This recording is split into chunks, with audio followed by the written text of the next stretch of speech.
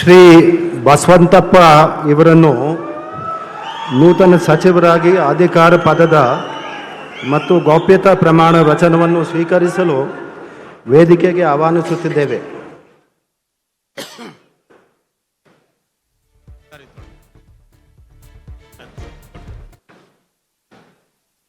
ನಾನು ಕೆ.ಎಸ್. ಬಸವಂತಪ್ಪ ಎಂಬ ಹೆಸರಿನ ನಾನು ಕಾನೂನಿನ ಮೂಲಕ ಸ್ಥಾಪಿತವಾದ ಭಾರತ ಸಂವಿಧಾನ ವಿಷಯದಲ್ಲಿ ನಿಜವಾದ ಶ್ರದ್ಧೆ ಮತ್ತು ನಿಷ್ಠೆಯನ್ನು ಹೊಂದಿರುತ್ತೇನೆಂದು, ನಾನು ಭಾರತದ ಸಾರ್ವಭೌಮತ್ವವನ್ನು ಮತ್ತು ಅಖಂಡತೆಯನ್ನು ಎತ್ತಿ ಹಿಡಿಯುತ್ತೇನೆಂದು ಮತ್ತು ಕರ್ನಾಟಕದ ರಾಜ್ಯದ ಮಂತ್ರಿಯಾಗಿ ನನ್ನ ಕರ್ತವ್ಯಗಳನ್ನು ಶ್ರದ್ಧಾಪೂರ್ವಕವಾಗಿ ಮತ್ತು ಅಂತಃಕರಣ ಪೂರ್ವಕವಾಗಿ ನಿರ್ವಹಿಸುತ್ತೇನೆಂದು, ಭಯ ಅಥವಾ ಪಕ್ಷಪಾತವಿಲ್ಲದೆ ರಾಗದ್ವೇಷವಿಲ್ಲದೆ ಎಲ್ಲ ಬಗೆಯ ಜನರಿಗೆ ಸಂವಿಧಾನಕ್ಕೆ ಮತ್ತು ಕಾನೂನಿಗೆ ಅನುಸಾರವಾಗಿ ನ್ಯಾಯವಾದದ್ದನ್ನೇ ಮಾಡುತ್ತೇನೆ.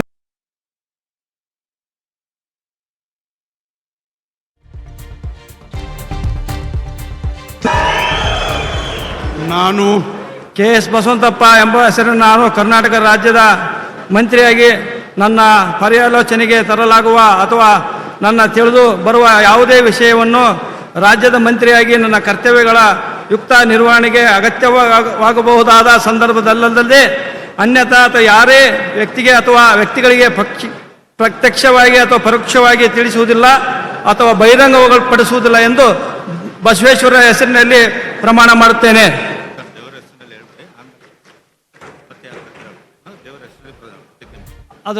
ಮತ್ತು ದೇವರ ಹೆಸರಿನಲ್ಲಿ ಪ್ರಮಾಣ ಮಾಡುತ್ತೇನೆ.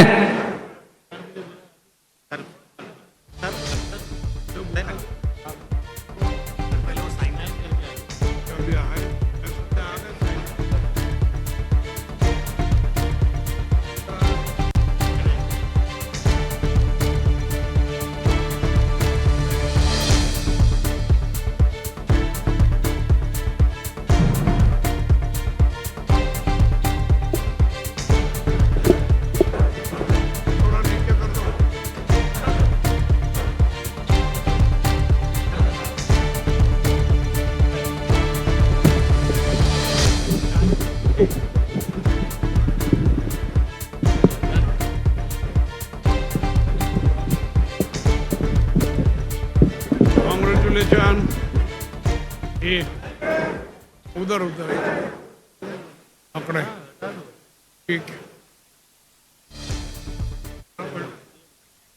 ಪ್ರಮಾಣ ವಚನ ಕಾರ್ಯಕ್ರಮ ಆರಂಭ ಆಗಿದೆ, ನೋಡ್ತಾ ಇದ್ರಿ. ಬಾಲಕೃಷ್ಣ ಅವರು, ಅಜಯ್ ಸಿಂಗ್ ಅವರು ಈಗಾಗಲೇ ಪ್ರಮಾಣ ವಚನವನ್ನು ಸ್ವೀಕರಿಸಿದರು. ರಾಜಭವನದಲ್ಲಿ ನಡೀತಾ ಇರುವಂತಹ ಪ್ರಮಾಣ ವಚನ ಕಾರ್ಯಕ್ರಮ ಎಲ್ಲ ಖಾಲಿ ಇರುವಂಥ ಸ್ಥಾನಗಳನ್ನು ಭರ್ತಿ ಮಾಡಲಾಗಿದೆ. 19 ಸ್ಥಾನ, 1 ಸ್ಥಾನ ಖಾಲಿ ಬಿಡಲಾಗಿದೆ. ಆ ಸ್ಥಾನಕ್ಕೆ ಯಾರನ್ನು ಆಯ್ಕೆ ಮಾಡ್ತಾರೆ ಗೊತ್ತಿಲ್ಲ. ಒಟ್ಟಿನಲ್ಲಿ 19 ಸ್ಥಾನ ಇಲ್ಲಿ ನೂತನ ಸಚಿವರಾಗಿ ಅಧಿಕಾರ ಪದದ ಮತ್ತು ಗೌಪ್ಯತಾ ಪ್ರಮಾಣ ವಚನವನ್ನು ಸ್ವೀಕರಿಸಲು ವೇದಿಕೆಗೆ ಆಹ್ವಾನಿಸುತ್ತೇನೆ.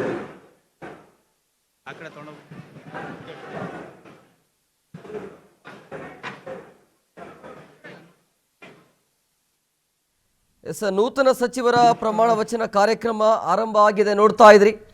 ನಾನು ಬಸವರಾಜ್ ರಾಯರೆಡ್ಡಿ ಎಂಬ ಹೆಸರಿನ ನಾನು ಕಾನೂನಿನ ಮೂಲಕ ಸ್ಥಾಪಿತವಾದ ಭಾರತದ ಸಂವಿಧಾನ ವಿಷಯದಲ್ಲಿ ನಿಜವಾದ ಶ್ರದ್ಧೆ ಮತ್ತು ನಿಷ್ಠೆಯನ್ನು ಹೊಂದಿರುತ್ತೇನೆಂದು, ನಾನು ಭಾರತದ ಸಾರ್ವಭೌಮತ್ವವನ್ನು ಮತ್ತು ಅಖಂಡತೆಯನ್ನು ಎತ್ತಿ ಹಿಡಿಯುತ್ತೇನೆಂದು ಮತ್ತು ಕರ್ನಾಟಕ ರಾಜ್ಯದ ಮಂತ್ರಿಯಾಗಿ ನನ್ನ ಕರ್ತವ್ಯಗಳನ್ನು ಶ್ರದ್ಧಾಪೂರ್ವಕವಾಗಿ ಮತ್ತು ಅಂತಃಕರಣಪೂರ್ವಕವಾಗಿ ನಿರ್ವಹಿಸುತ್ತೇನೆಂದು, ಭಯ ಅಥವಾ ಪಕ್ಷಪಾತವಿಲ್ಲದೆ ರಾಗದ್ವೇಷವಿಲ್ಲದೆ ಎಲ್ಲ ಬಗೆಯ ಜನರಿಗೆ ಸಂವಿಧಾನಕ್ಕೆ ಮತ್ತು ಕಾನೂನಿಗೆ ಅನುಸಾರವಾಗಿ ನ್ಯಾಯವಾದದ್ದನ್ನೇ ಮಾಡುತ್ತೇನೆಂದು ಶ್ರದ್ಧಾಪೂರ್ವಕವಾಗಿ ಪ್ರತಿಜ್ಞೆ ಮಾಡುತ್ತೇನೆ.